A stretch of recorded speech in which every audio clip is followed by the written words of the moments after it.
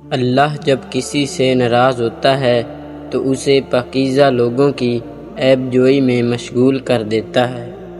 ہر وہ رشتہ جس میں احساس بستا ہو انمول ہے۔ سب سے اذیت ناک اور بدترین دشمن وہ شخص ہوتا ہے جو کبھی دوست رہا ہو۔ ڈگری تو محض تعلیمی اخراجات کی رسید ہوتی ہے، علم تو انسان کی گفتگو اور عمل سے ظاہر ہوتا ہے۔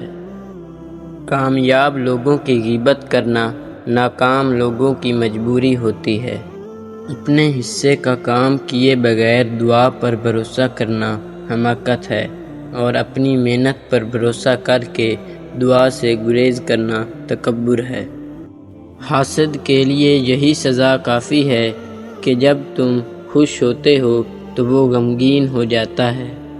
ضروری نہیں کہ ہر ہنسی میں خوشی پوشیدہ ہو، کچھ کہے اس لیے بھی اونچے لگانے پڑتے ہیں کہ غم کا شور کسی کو سنائی نہ دے۔ لوگوں کے ان کی خوشی کے حصے پر حسد نہ کریں، کیونکہ آپ نے ان کے حصے کا غم بھی تو نہیں دیکھا۔ لباس قیمتی ہو یا سستا، کردار کو نہیں چھپا سکتا۔ کردار قیمتی بناؤ، ہر لباس میں اچھے لگو گے۔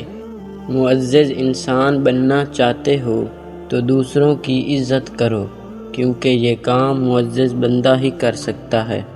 اللہ اسے اپنا ولی بنا لیتا ہے جو یہ 4 کام کرتا ہے: کم کھاتا ہے، کم سوتا ہے، کم بولتا ہے، اور لوگوں سے میل جول کم رکھتا ہے۔ زندگی میں ہمیشہ 2 لوگوں سے دور رہنا، ایک مغرور اور دوسرا مصروف، کیونکہ مصروف اپنی مرضی سے بات کرتا ہے اور مغرور اپنے مطلب سے۔ خوشیوں کا تعلق آپ کے حالات سے نہیں، آپ کے فیصلوں سے ہوتا ہے۔ اگر تمہارے ذہن سے کسی کا خیال نہیں نکل رہا تو اس کا مطلب ہے تم اپنی دعاؤں کا سلسلہ جاری رکھو۔